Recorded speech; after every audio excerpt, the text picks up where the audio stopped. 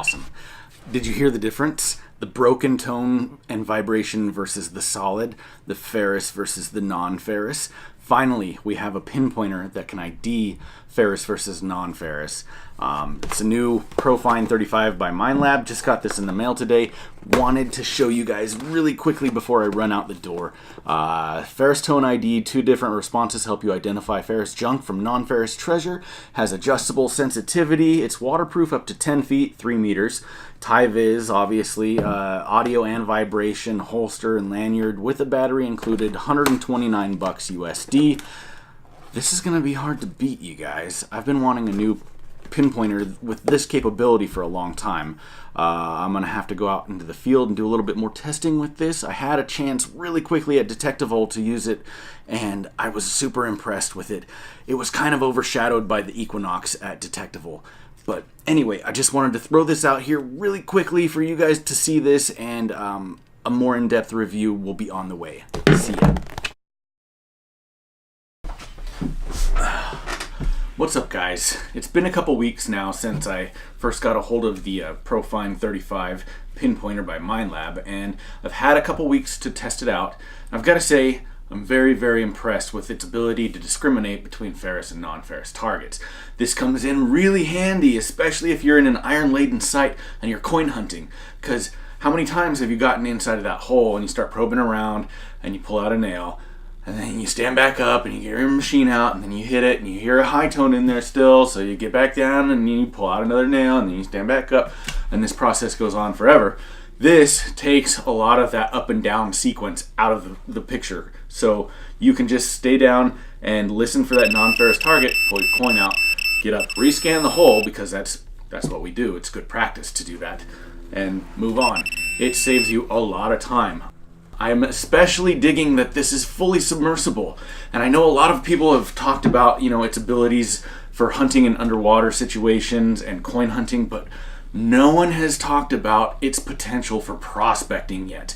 This is going to be an amazing tool for those people that like to do sniping and crevicing in rivers and things like that, where you go down and you stick this in some cracks in bedrock and you just listen for that non-ferrous tone. And this essentially becomes like the world's smallest metal detecting coil, and it gets you into a lot of places where gold likes to hang out, and no one has talked about that yet.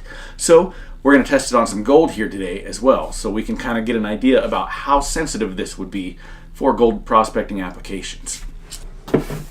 For that, we're gonna use this as a measuring device. I want you guys to see how small this gold is that we're going to be testing. Can you even see that? I mean, that is teeny, teeny, tiny. Look how small that is. I'm not proud of it. Yeah, I'd like to find bigger gold. Who wouldn't? But, that's your bread and butter. There's one.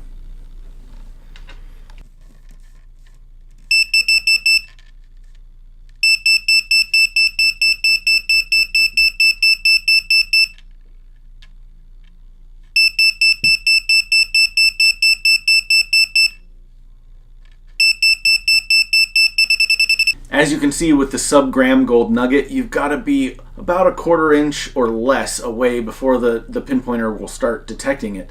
That's actually really good for how teeny tiny that little nugget is. On the big one, you got to get it about 1/2 inch, 3/4 of an inch away before you start hearing the pinpointer hit on it.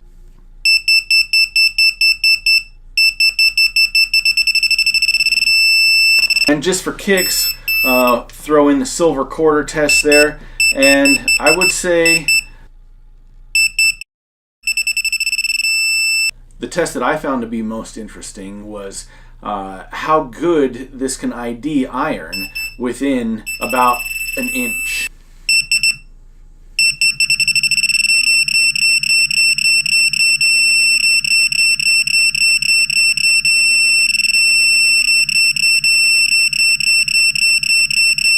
Do I find it to be a deep enough and accurate enough pinpointer?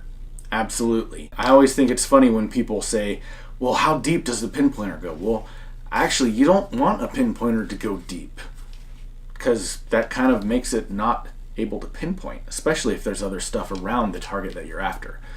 The ID on this, the fact that it works within about an inch or so, will save you a lot of heartache chasing around those iron targets that are in the same hole as your coins.